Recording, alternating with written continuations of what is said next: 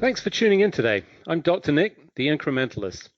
Join me as I seek out the small incremental changes being applied in other industries that we can learn from and that can be applied in healthcare. Can these changes bring immediate value, but also add up to the big improvements and revolution we need in healthcare? Come along with me to explore the possibilities. My innovative guests from around the globe have used small incremental improvements to achieve their moonshot. And today, I'm delighted to be welcoming Vittoria Lecomte. She is the CEO of Sesh. Vittoria, thanks for joining me. Thanks for having me. I'm so excited to chat with you today. So, as I do with all my guests, I like to get a little bit of context. And if you would, tell us how you arrived at this point in your career, and specifically, what led to this concept and this idea of Sesh. Sure. So the founding story of Sesh is kind of a personal one where I experienced the benefit, the value of therapist-led support groups when I was in inpatient treatment for an eating disorder. And so after years of working on solving this problem through individualized one-to-one therapy, I finally ended up in a more acute inpatient setting where I was introduced to the group modality. And that's what ultimately led to my recovery. And so Sesh exists to bring therapist-led groups to the masses and to more of an earlier entry point into a previously difficult to find, difficult to pay for and navigate modality that I think can certainly meet the need of so many more people that are seeking out therapy. And just for the listener, I think it's important to understand the context of this. So when you say, you found the benefit of this was in a journey of trying to sort of solve this problem that you had struggled or failed to solve. And it was really the contribution of the group element of this that really started to change the course of, your challenges? Yeah, I think what the biggest thing for me was seeing other people that were going through something similar, but not only just people that I knew that other people had eating disorders at the time, right? But it was that personal connection that I made and kind of the sense of respect that I had for other people that I was engaging with in this group, where I was like, oh my gosh, these other people that I'm interacting with that I think have, they're real people that I'm able to sort of see and feel and understand. That's when it kind of clicked for me that I'm not alone in real time. I'm really not alone. And what I'm going through is not shameful at all. And so that was the real power of groups for me, was real time exposure to other people in my shoes. Yeah, I think important to understand. And, forgive me if I get this wrong. You maybe know this better. But for most people, when they think about group therapy, I would imagine that they think about Alcoholics Anonymous as one of the primary interaction points where people get together in a combined forum. It's led, it has a specific program. Is that the main version that has existed through time, or are there other examples of that? Yeah, there's that. There's alcohol, or there's Narcotics Anonymous there, but I would say that the addiction space has kind of made a name for themselves of leveraging this modality in a way that over time has gained a lot of kind of respect and a large following of people that lean on those types of group communities for many, many years. I think the biggest difference in what Sesh is doing and what exists in specifically the addiction space is all of our groups are led by therapists. So they're not peer-led groups, which provides an additional sense of quality control and I suppose safety, psychological group safety that you can count on with a licensed and trained therapist at the helm. I would say that, group support, I think, has its own identity that really stems from a lot of these Alcoholics Anonymous groups, that some of which are amazing, but many of which are, take place in person in rickety chairs in a YMCA. And that's terrific for a lot of people. There's there's a more approachable way to do that. That's frankly not only more approachable, but also like literally easier to get to in a virtual space. And that's where, a digital group led by a therapist comes in. And another benefit of the digital space is the ability to not be seen walking into one of these community centers. You may not want to be seen interacting with folks that identify in a certain way or have a self-proclaimed problem like an addiction. And so that's where the privacy and anonymity that we provide our users really comes into play. And it's interesting. You talk about this specifically. So, the fact that it's led by therapists, some difference. Obviously, these are in-person groups. I think one of the things that you've talked about was the challenge specifically. So, as I said earlier, that narcotic space or addiction space, better known, maybe there's more of that, perhaps more accessible. But outside of that, it's really been relatively thin pickings to access this kind of therapy, despite clear value proposition. Is that what sort of drove you to start to develop this? Yes. In addition to the lower cost, in theory, the unit economics that allows for more people to engage in this type of professionally led care for a lower price. So you have people that are currently have the option of paying hundreds of dollars per therapy session, even, dozens of dollars plus with insurance as a copay per session. And at scale, when you need support maybe multiple times a week or more, that's not a real option. That doesn't become like a realistic option for people to attain, therapist-led professional mental health support. And so what can the group modality do in addition to, this beautiful, empathy of others in their group in your group and feeling like you're not alone?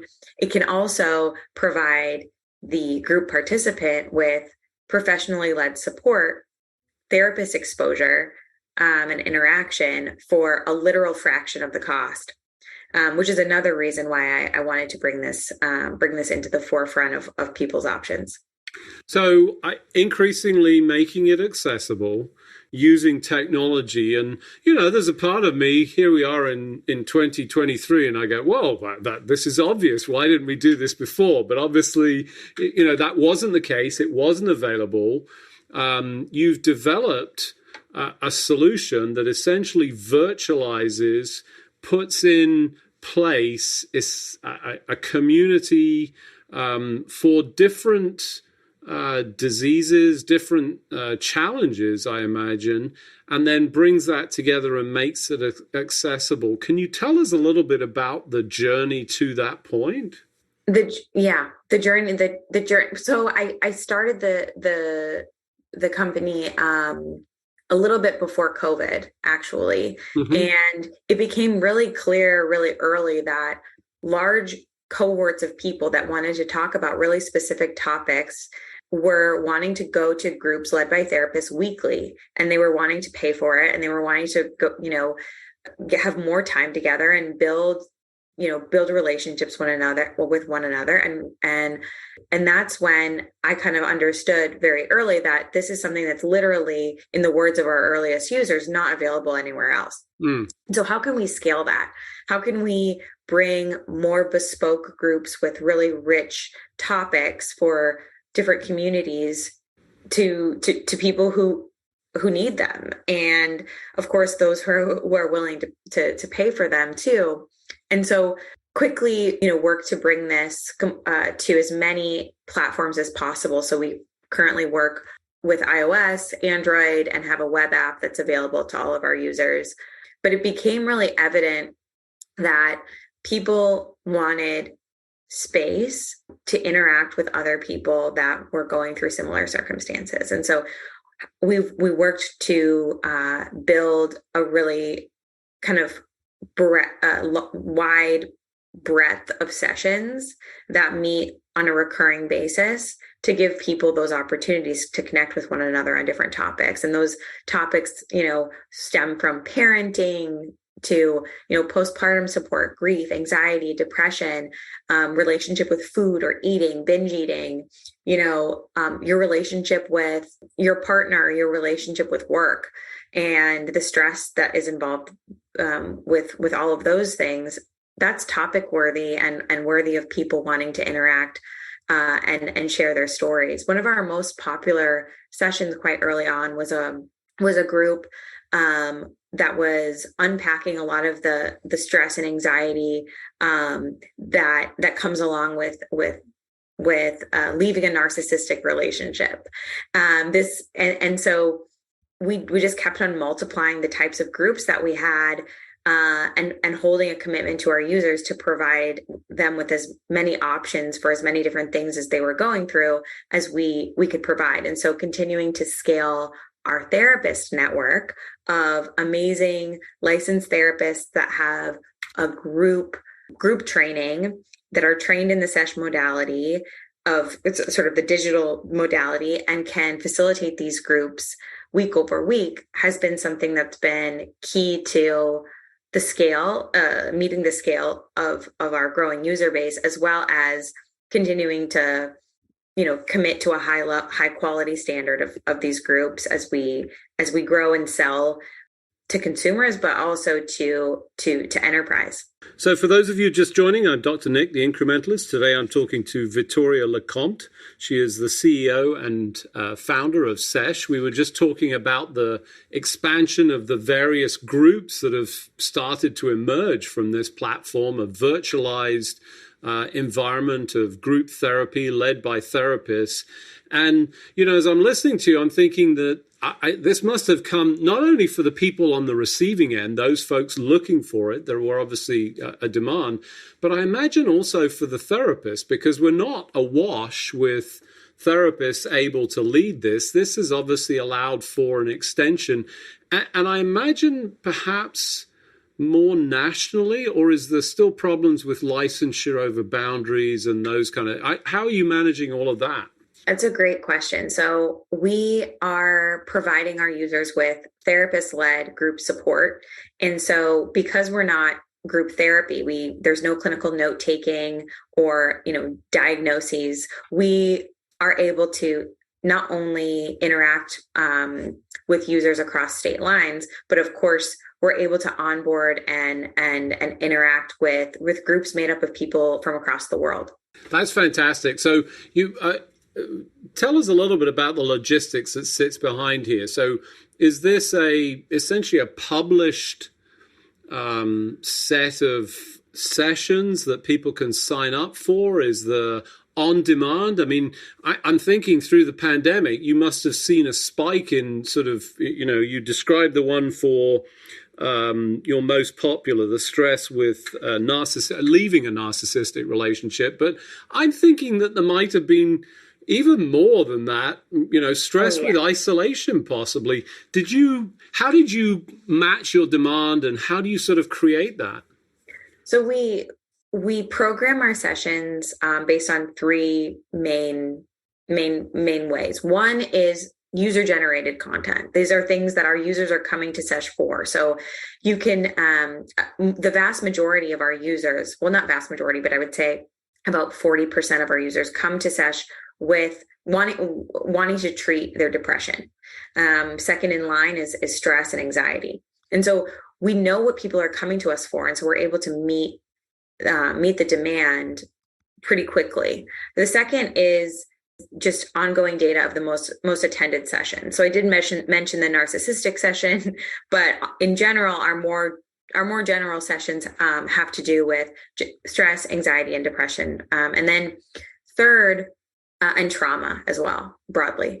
And then third, we're able to, because we're working with therapists that are super passionate about the group modality, but also often are meeting with individualized their one-to-one clients on a regular basis, they kind of have their ear to the ground on what's most sought after in terms of topics and themes, if you will, of what folks are going through broadly. And so we're able to leverage our amazing therapist network to not only put sessions on our calendar that are in line with their passions of what they would like to hold space for, but also are in line with what they're seeing on the individualized therapy level and of what folks are going through broadly.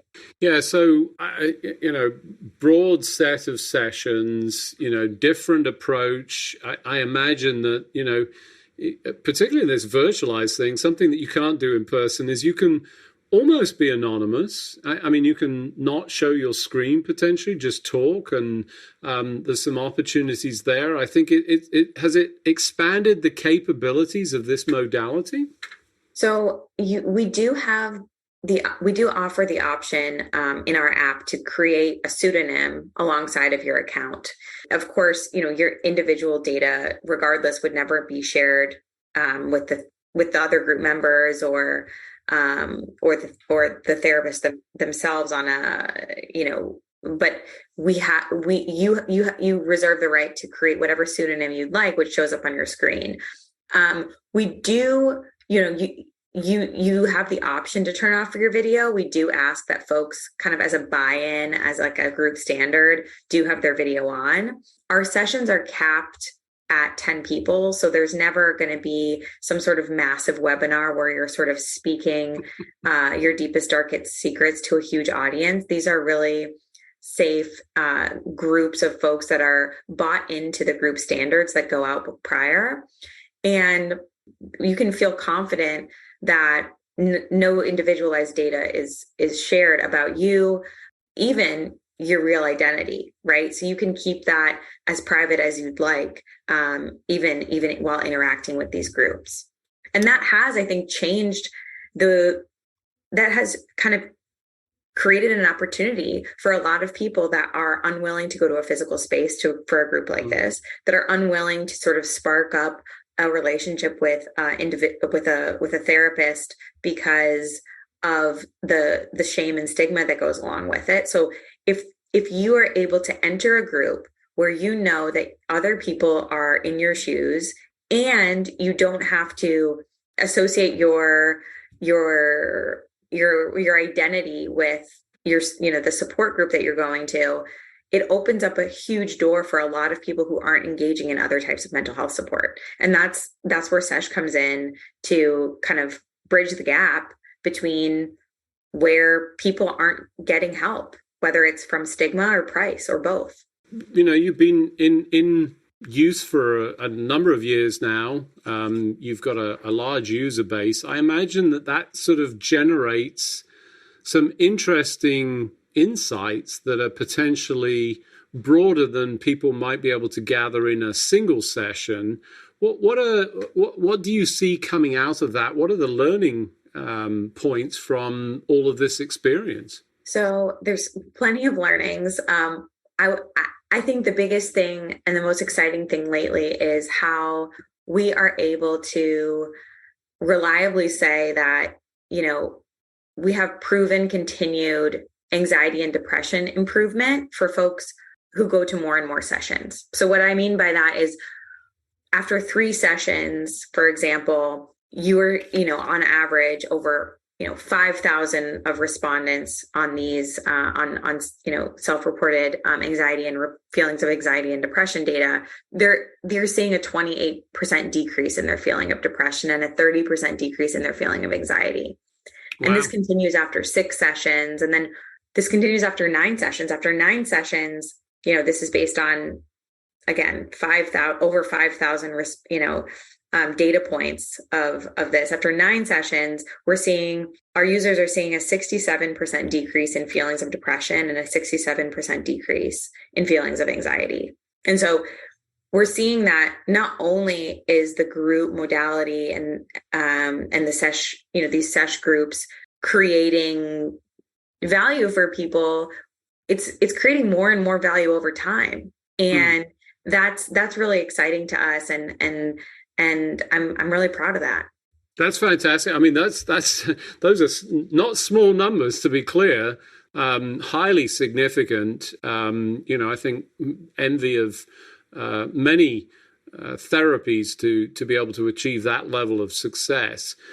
As you think about the future and where the opportunities lie, where do you see all of this going? I see Sesh being an option at the earliest point of your therapeutic journey. I see Sesh being an option for a lot of folks that are employed by large organizations that have benefits, and this can and will be one of them. I see a lot more understanding broadly of the benefits of the group modality in the mainstream.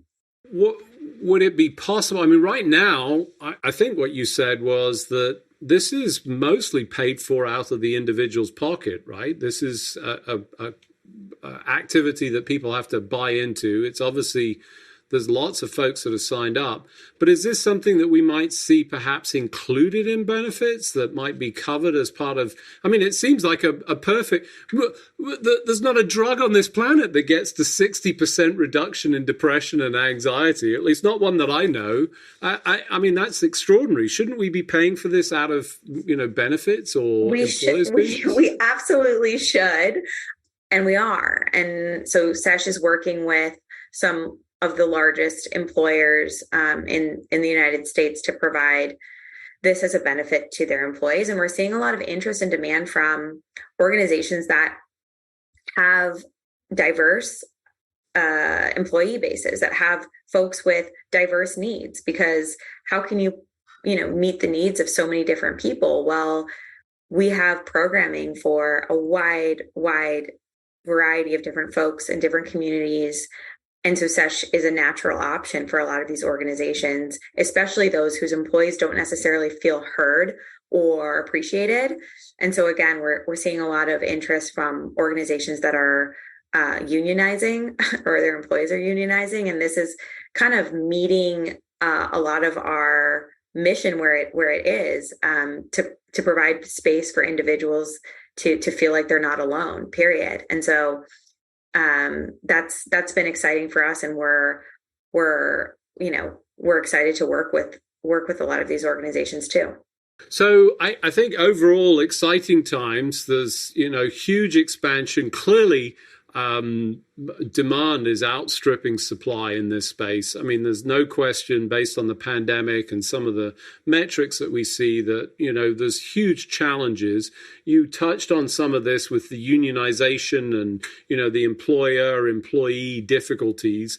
And here's a native option that allows for opportunity for employees to have a confidential discussion, support group, but virtualized, so easily accessible, that would head off a lot of the healthcare costs that we know cause all sorts of issues in performance, in attendance, all of those things. And I think, huge potential and an exciting time. So unfortunately, as we do each and every week, we've run out of time. So it just remains for me to thank you, Vittoria, for joining me on the show. Vittoria, thanks for joining me.